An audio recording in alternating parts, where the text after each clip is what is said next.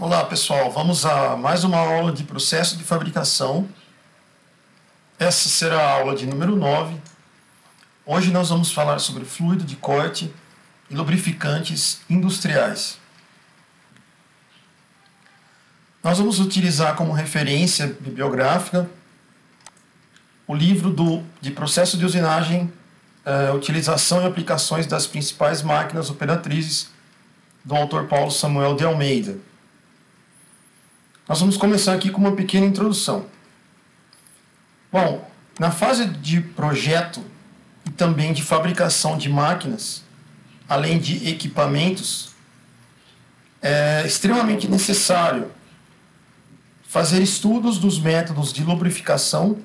Então você precisa compreender exatamente o que você vai fazer em matéria de lubrificação, conhecer os principais tipos de lubrificantes usados na área industrial e entender o desenvolvimento das atividades de manutenção que você está executando, associando isso à lubrificação do processo.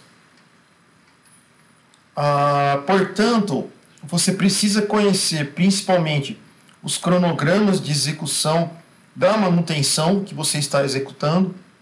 Se tiver fichas de controle, deve estudá-las, conhecê-las, saber das especificações dos lubrificantes que você está utilizando nas máquinas e equipamentos. A utilização de lubrificantes, se você utilizar, no caso, uma quantidade insuficiente, ou no outro extremo, se você utilizar quantidade em excesso de lubrificantes, consequentemente, você vai realizar grandes estragos na máquina que você está utilizando. Possivelmente até graves acidentes de trabalho. Um conceito muito utilizado dentro da lubrificação industrial é o termo de viscosidade.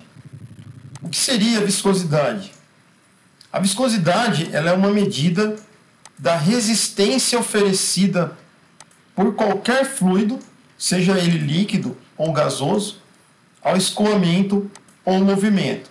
Uma colher de mel, por exemplo, dá exatamente o entendimento de viscosidade. Você derramando o mel sobre uma xícara, por exemplo, você vai perceber que o mel ele tem uma resistência a escoar. Essa resistência é a viscosidade. Então, uma das principais propriedades do lubrificante é a viscosidade, pois ela vai determinar, em alguns casos, a capacidade de se suportar cargas. Aqui nós temos uma figurinha, não sei se dá para ver direitinho, mas nós temos vários tipos de fluidos. No primeiro, você tem o fluido escoando facilmente. Então, a gente diz que nesse caso, o escoamento ele é mais fluido. Já no primeiro aqui, nós podemos perceber que o escoamento ele demora muito. Então, o fluido ele tem até esse formato em V aqui, e ele escoa com dificuldade. Então, essa demora torna o líquido mais viscoso. Então, se o líquido tende a ter um comportamento mais viscoso em seu escoamento, então nós vamos chamá-lo de líquido mais viscoso. Se ele escoar facilmente, ele é um líquido mais fluido. Existe uma relação inversa entre viscosidade e temperatura. A viscosidade ela é inversamente proporcional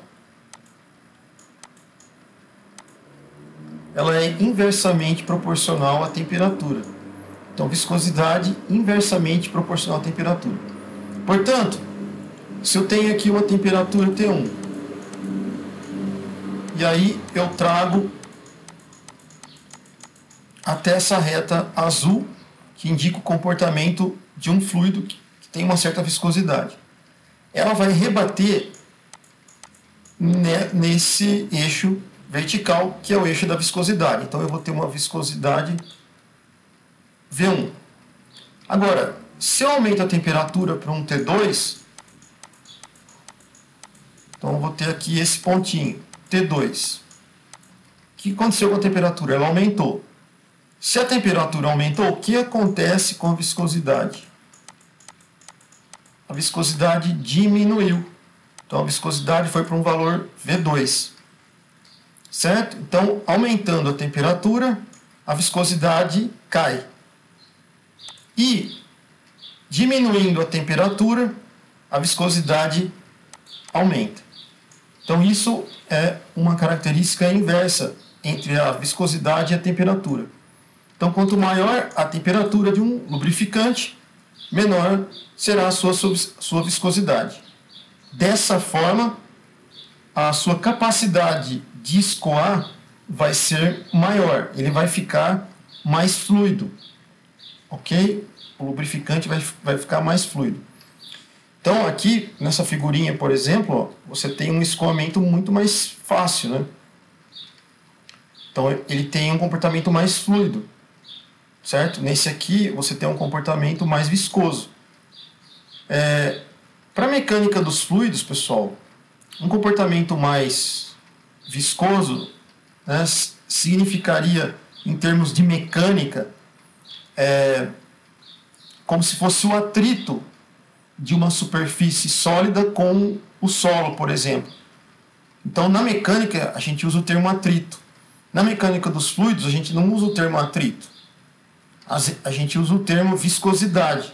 As partículas dentro do fluido, né, elas vão estar em atrito entre elas, ok? Então isso é uma característica do fluido que caracteriza atrito. Então é a viscosidade.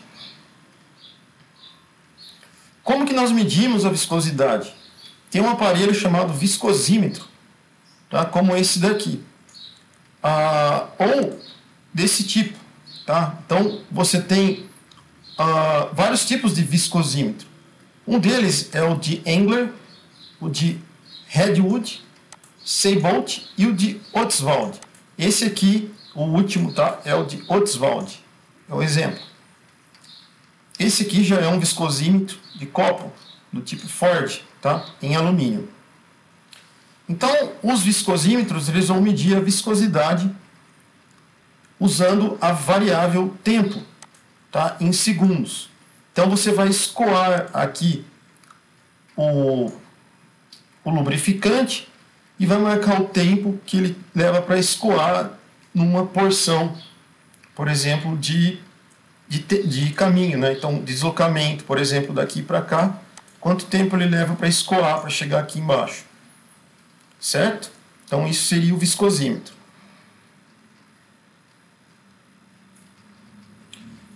E aí, nós temos um conceito importante, tá? Que é o atrito. Por que nós vamos falar de atrito? Porque nós estamos falando de usinagem. E na usinagem, você tem aí o contato entre uma superfície em rotação, que no caso é a peça, né? Está aqui rotacionando, e a ferramenta que está sendo deslocada no avanço. Então nós temos que ver esses dois conceitos. Então, quando eu for fazer uma montagem de um conjunto mecânico, a gente observa, como nesse caso dessa figurinha, o contato direto entre peça e ferramenta. Portanto, quando o conjunto, como esse caso aqui, ele vai se trabalhar num movimento entre peças, né? Ou, no caso aqui, ferramenta e peça, se a peça tivesse parada, sem girar, e apenas a ferramenta se aproximasse, mas tendo contato entre elas, tá? Mas sem nenhum movimento, eu teria, nesse caso, um atrito estático. É como se eu tenho solo, tem uma pessoa pisando no solo aqui, um sapatinho, né, tal.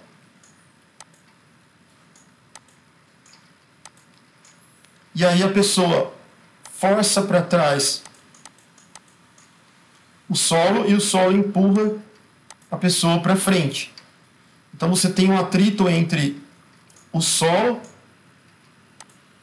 e o sapato da pessoa. Então, nesse caso, você não vai ter movimento, a pessoa está apenas parada ali. Esse atrito é atrito estático, tá? Mas tem que ter o contato físico, certo? Agora, quando você gira uma peça como essa, e aí você tem o contato da ferramenta com a peça, nesse caso é uma rotação, você já tem movimento, mas os dois estão em contato. Então existe o atrito, só que como tem movimento, nós temos o atrito cinético. Agora, se você não tem movimento, se ele está parado, é atrito estático. E aí nós temos o conceito de lubrificação. Então o conceito de lubrificação baseia-se no princípio de inserção de um elemento, no caso o lubrificante, dentro de peças. Então ele é o elemento intermediário entre peças. Aqui eu tenho uma engrenagem e entre as engrenagens eu coloco esse elemento intermediário, que é o lubrificante, com a função de minimizar. Ele não vai eliminar o atrito, mas ele vai minimizar o atrito. Se tiver movimento, o atrito é cinético. Nesse caso, a superfície ela vai conter uma película, vai formar uma película, né, com o próprio lubrificante que está sendo inserido no sistema. Portanto, o lubrificante ele é uma substância intermediária entre as peças, tá? Que estão sujeitas aqui a um atrito cinético, certo? E esse lubrificante vai minimizar o desgaste excessivo entre as peças do seu sistema, além de proteger contra efeitos da oxidação que ocasionam, que a gente conhece como ferrugem, o enferrujamento das peças, tá? Bom, os lubrificantes, nós temos lubrificantes, os líquidos e as graxas, como essa da figura aqui, tá? Ambos são derivados de óleos básicos, tá? Só que a gente pode ter esses líquidos e graxas com adição de alguns compostos e outros aditivos. Nós vamos ver ali mais à frente os tipos de aditivos. Então nós temos aditivos detergentes, antioxidantes, anticorrosivos e assim por diante, tá? Nós vamos falar ali na frente. Então o lubrificante ele pode ser classificado como do tipo composto, que contém óleos ou gorduras, que pode ser tanto de origem animal ou de origem vegetal, ok? Esses dois tipos de óleos de origem animal ou vegetal, eles podem fornecer maior oleosidade ao próprio óleo, certo? Aumentando a sua propriedade de lubrificação. Por outro lado, nós temos os lubrificantes do tipo aditivos. Então, eles são substâncias que têm propriedades adicionais. Por exemplo, que nós já citamos aqui em cima, né, a proteção da superfície da sua peça, né, que é a resistência à oxidação.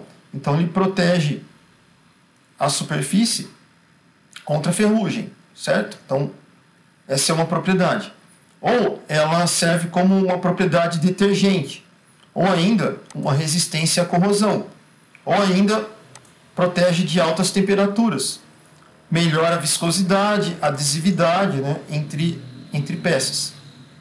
Certo? Então, isso são características de lubrificantes, ok? Que são classificados como compostos ou aditivos. Aqui a gente tem alguns aditivos principais usados em lubrificantes. Então, o tipo do aditivo, por exemplo, detergente básico. Aqui tem a origem química dele, tá?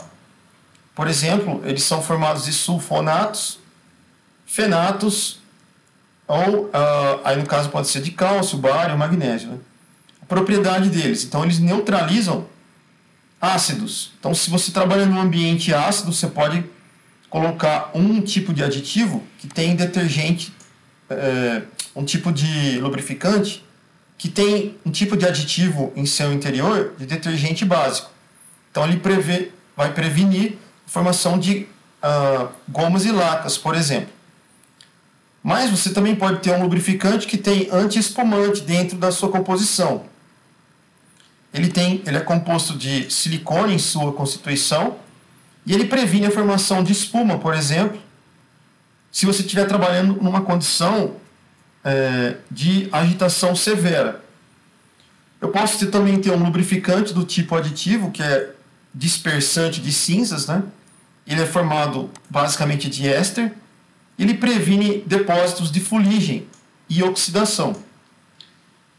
Eu posso ter um lubrificante que tenha antioxidante na sua constituição e ele vai prevenir a oxidação e o espessamento do lubrificante. O lubrificante também pode ter antidesgastante e de extrema pressão. Então ele vai conter compostos orgânicos de enxofre, de fósforo, por exemplo, e previne o desgaste dos cames, tá? Ressaltos e excêntricos. O lubrificante também pode conter anticorrosivo. Ele previne a corrosão especificamente. O lubrificante pode ter um melhorador de viscosidade. No caso, ele é a base de polímeros, tá? A base de polímeros. E ele reduz a perda de viscosidade em alta temperatura. Ou ele pode ter um melhorador do ponto de mínima fluidez. Ele é composto de metacrilatos e aumenta a propriedade da fluidez a baixas temperaturas. Ok? Então, esses são os principais aditivos usados em lubrificantes. Quanto ao sistema de lubrificação, então, basicamente a lubrificação ela vai ocorrer de dois modos, tá? Ela pode ser intermitente, de tempos em tempos, tá? Ou restrita, que é a mesma coisa nesse caso aqui, para a gente vai ter a mesma significação. Então, esse tipo de lubrificação ele vai acontecer em máquinas do tipo de usinagem CNC. Esse é um exemplo de aplicação. São essas máquinas que a gente está vendo aqui. Nessas máquinas, elas possuem dispositivos para acionamento de uma bomba de óleo num tempo controlado. Por isso, o tempo dela de aplicação é de intermitência. Então, ela vai usar, por exemplo, uma bomba como essa aqui, automática. Ela é toda regulada automaticamente. O óleo ele vem aqui dentro, certo? Isso faz parte do sistema de lubrificação automática do CNC. E aí o óleo é injetado dentro da região que necessita lubrificação através de um processo de intermitência. Isso vai depender da programação do torno CNC, tá? E da programação da lubrificação. Então, o lubrificante ele vai ser injetado numa pressão que é totalmente controlada. A gente vê isso aqui, né, nesse painelzinho de controle. E ela é controlada através de canais usinados nas guias das máquinas. Então, as guias das máquinas possuem canais que recebem o lubrificante numa determinada pressão. Dessa forma, toda peça usinada num torno CNC, ela vai possuir vai receber uma película para evitar o atrito cinético na hora que a peça na hora que a ferramenta usina a peça, certo? Então, tudo isso para eliminar o atrito cinético aí, evitar o aumento de temperatura e alterar as propriedades da superfície as propriedades do material que você está usinando. O outro tipo de sistema de lubrificação é a lubrificação contínua, certo? Então, nesse tipo de lubrificação, a aplicação é constante do lubrificante. Então, as peças que vão ser usinadas, elas têm muito desgaste, elas precisam de uma lubrificação constante. Ok? Geralmente essas peças que são usinadas, elas utilizam sistemas rotativos, tá? Então, o nível de óleo, nesse caso, ele deve ser controlado, já que a lubrificação é contínua. Então, o nível de óleo tem que ser controlado. Exemplo, né? Então, caixas de engrenagens precisa ser lubrificado constantemente, ou mesmo em redutor de velocidade, também que você precisa de uma lubrificação constante, como essa daqui, por exemplo. Caixas de engrenagem de máquina, como a gente falou, né? ou mesmo até mancais de deslizamento, que, por exemplo, ó, uma lubrificação constante aqui dentro, tá? Contínua.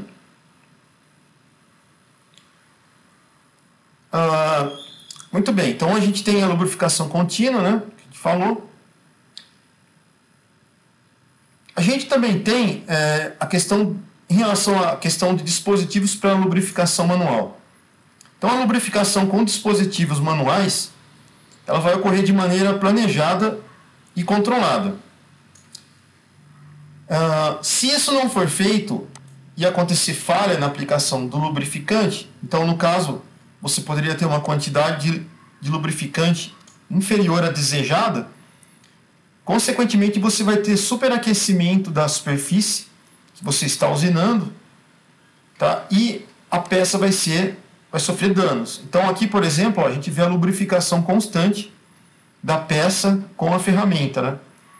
Então, o superaquecimento aqui ele é reduzido assintoticamente. Agora, se você tiver excesso de lubrificação, você corre o risco de contaminar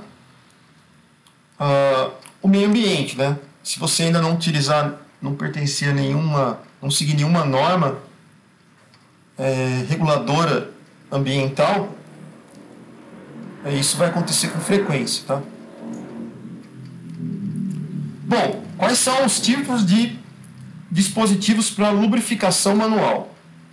A primeira aqui que a gente vai mostrar, tá, são as almotolias. Esse tipo aqui, ó, pessoal.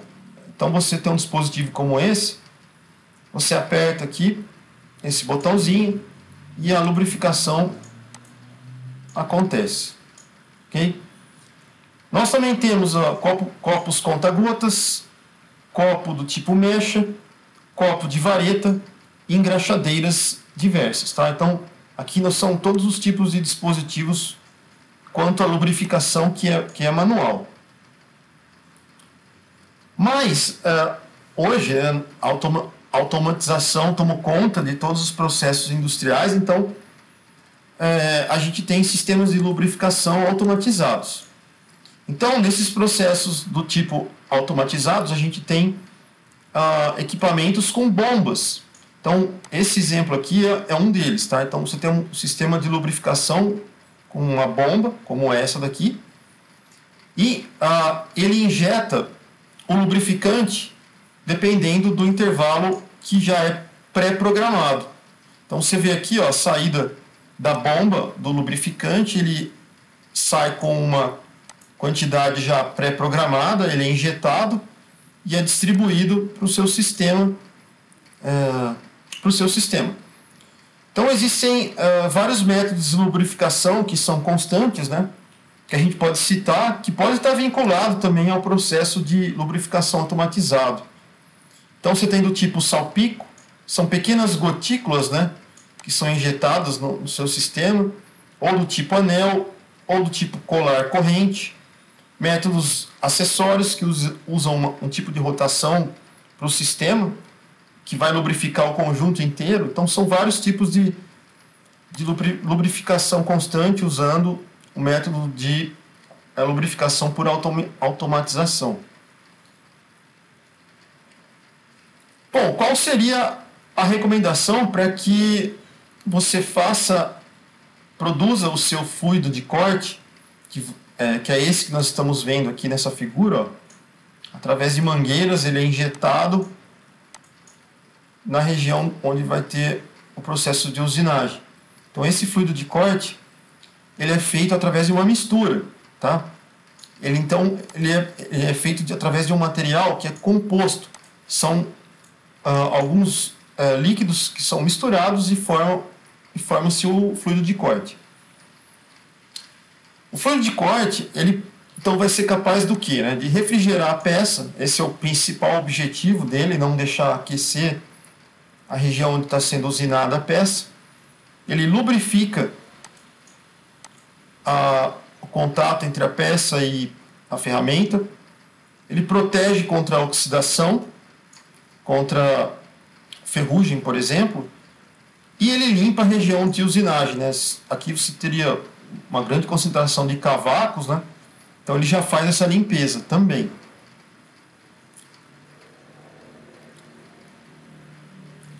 Bom, então, resumindo, as funções do fluido de corte, a gente pode citar aqui como refrigeração da ferramenta e também da peça, conforme a gente está vendo nessa figurinha. Ele cria uma película entre a aresta de corte e a superfície da peça. Então, como a gente falou, ele lubrifica a região, auxilia o corte. Dessa forma, ele reduz o esforço de corte, melhora o acabamento da superfície da peça, tá? Evita a oxidação da superfície da peça. Então, ele reduz a capacidade da peça enferrujar. Auxilia na remoção de cavacos ou ação da lavagem, conforme a gente está vendo aqui. A gente pode classificar os fluidos de corte em função da sua forma de fabricação, certo? Então eu posso ter um fluido de corte do tipo solução química, um fluido de corte solúvel, tá? Por exemplo, eu tenho uma emulsão, tá? Do tipo opaca de cor branca em água e ela contém aditivos anticorrosivos, certo? Eu posso ter óleos do tipo fluido lubrificante com óleos do tipo minerais, que vão ser utilizados mais com o intuito de reduzir a oxidação, por exemplo, da peça, né? Posso ter fluido de corte do tipo óleo graxo, como a gente comentou, ele pode ser animal ou vegetal, tá? Ele reduz, por exemplo, pessoal, a formação de bactérias e fungos, tá? Que podem causar infecções na pele da pessoa que está ali operando, né? Então, só que no caso, se você tiver, por exemplo, se você não trocar por muito tempo os óleos, tá? No caso o graxo aí, com o tempo você vai ter favorecimento de aparição de bactérias e fungos nesse tipo de fluido de corte. A gente tem também outros tipos de fluidos de corte que ele tem certos aditivos, tá, que reduzem o aparecimento de bactérias e fungos. Então você tem como eliminar isso daqui, pessoal, tá? Existem também luzes do tipo neon, não é neon, é ultravioleta, tá? Que eles aplicam no momento de utilizar o fluido refrigerante, que tenta eliminar a existência de bactérias e fungos nesses tipos de fluidos de corte. Você também tem fluido de corte do tipo óleos compostos, tá? Então ele vai ter mistura de óleo graxo e mineral. Os óleos de extrema pressão, os óleos EP, certo? São óleos minerais e eles têm aditivos de extrema pressão. Então eles podem ter enxofre, cloro ou fósforo mesmo, tá? E óleos de múltipla aplicação, que eles auxiliam bastante na usinagem de peças. Quais são as recomendações para que a mistura do seu fluido de corte seja eficiente, tá? Então,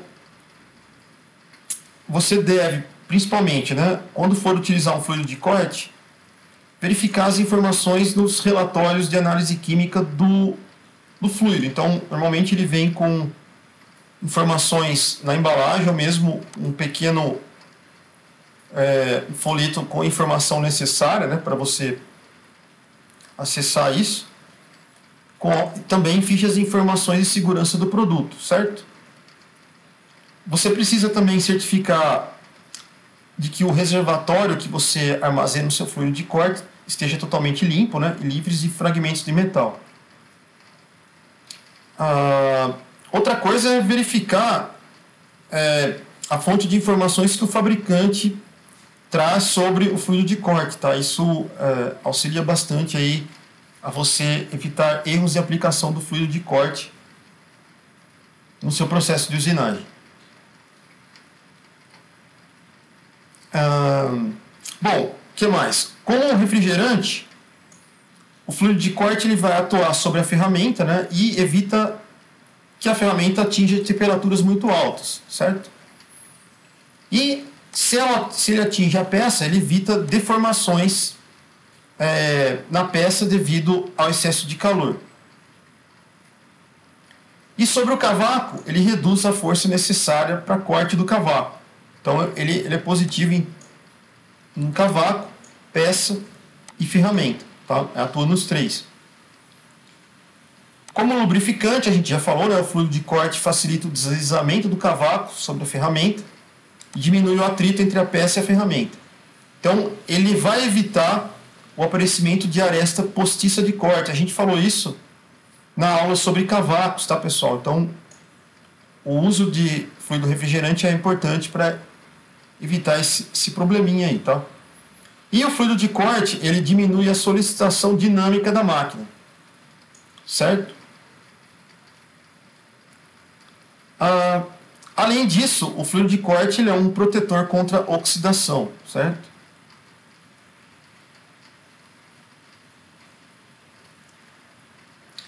A gente falou, né, mostrou lá atrás o tipo de bomba que é utilizado no torno CNC, que vai gerar a inserção de fluido de corte dentro da máquina. Tá? A gente vê aqui, nós vimos várias figuras onde são apresentadas as mangueiras e o ponto de aplicação do fluido de corte sobre a peça e a ferramenta.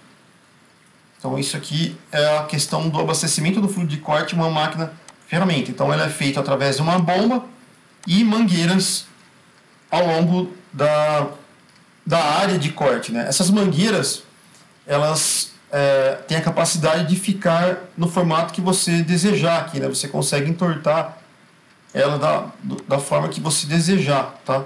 Você consegue colocar ele em várias posições.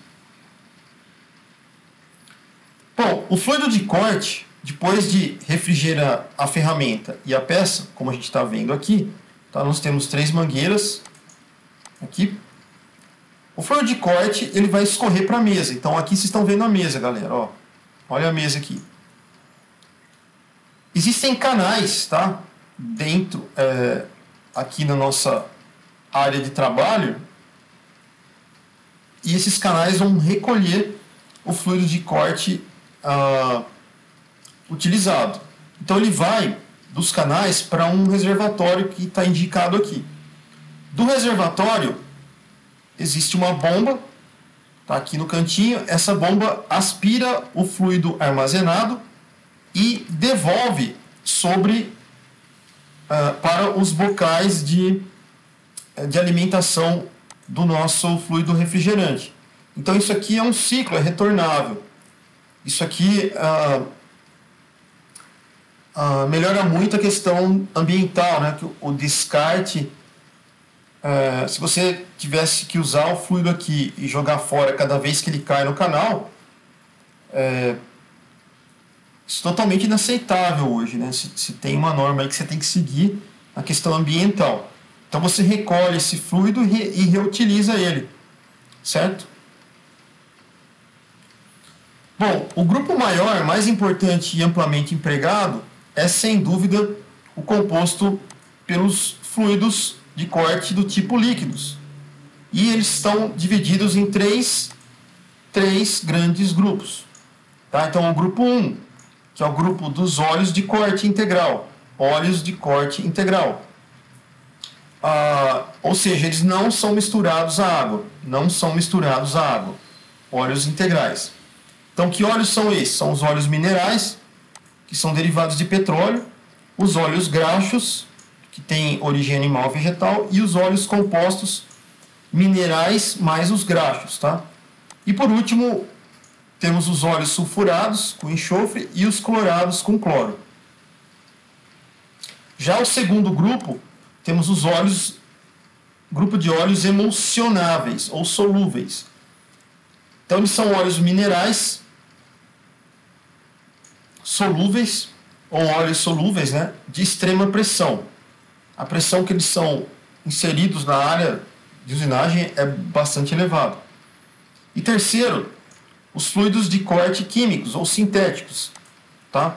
Compostos por misturas de água com agentes químicos, exemplo, né? Aminas, nitritos, fosfatos e boratos. Temos também os óleos emulsionáveis ou solúveis. Então, eles são fluidos de corte, certo?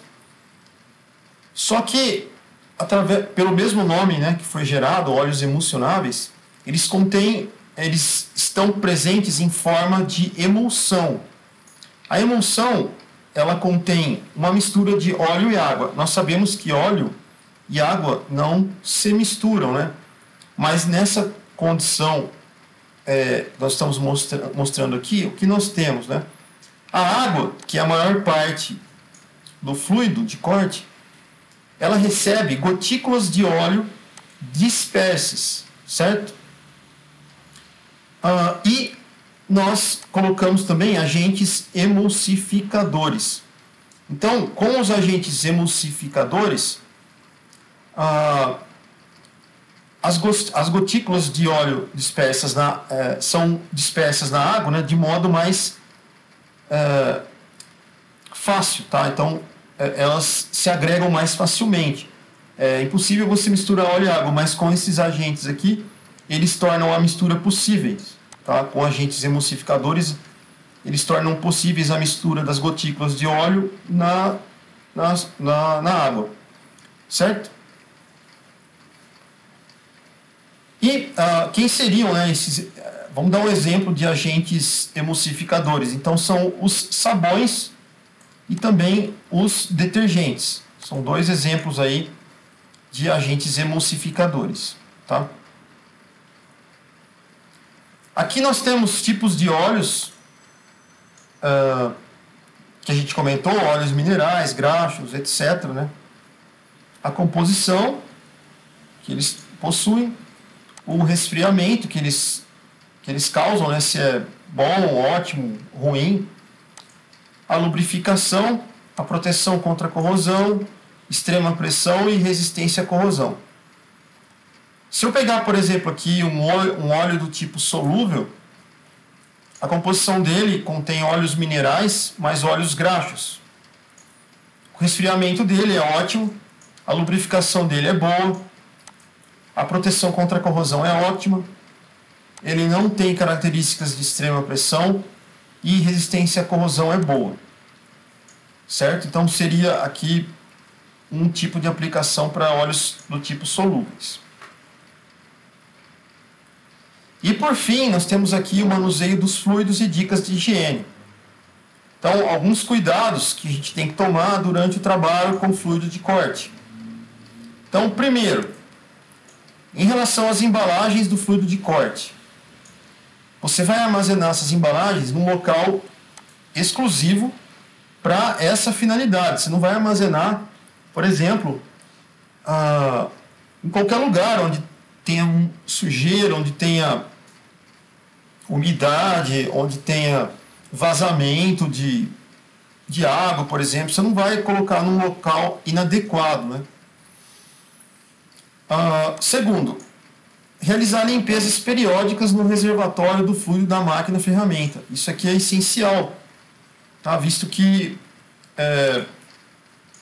você pode ter, sem a limpeza, você pode ter um acúmulo de bactérias ali na região das paredes do reservatório. Então você tem que sempre estar fazendo uma limpeza periódica ali. Terceiro, as máquinas precisam ser equipadas com proteções que evitem respingos de fluido. Em quem? No operador da própria máquina, tá? Ou mesmo em pessoas próximas. Isso aqui, quem dá essa regulamentação é a norma regulamentadora número 12. Tá? Então, você tem que avaliar se as proteções estão adequadas, tá? Para evitar respingo de fluido no operador. Quarto, sempre colocar aventais impermeáveis, tá? Para o manuseio de fluidos de corte. Quinto, lavar as áreas da pele que entram em contato com salpicos de fluido, certo? fazer isso pelo menos 2 ou 3 vezes aí durante o dia de trabalho. Sexta, aplicar um creme protetor com certificado de autenticidade, né, do Ministério do Trabalho e Emprego, para evitar problemas aí com a pele futuramente, ou mesmo problemas com doenças futuras, né? Número 7, em caso de corte ou arranhões acidentais, suspender o contato com o fluido, tá? Para manter a saúde do trabalhador adequada, protegida, né? Ok, então essa foi a nossa aula sobre fluidos de corte. Eu vou deixar aqui alguns exercícios, tá? Para que vocês possam estudar. Não tem necessidade de entregá-los. É apenas para estudo particular. E então nós utilizamos como referência dessa aula, né, alguns itens do livro do Tino Ferrarese, Fundamentos de Usinagem dos Metais, e também o livro do Processo de Usinagem, do Paulo Samuel de Almeida. 2 livros aí que a gente utilizou como referência. Eu recomendo que vocês comprem o livro, adquiram o livro para efeito de estudo. Então é isso, pessoal. Muito obrigado pela presença de todos. Uma boa aula, bons estudos e até a próxima.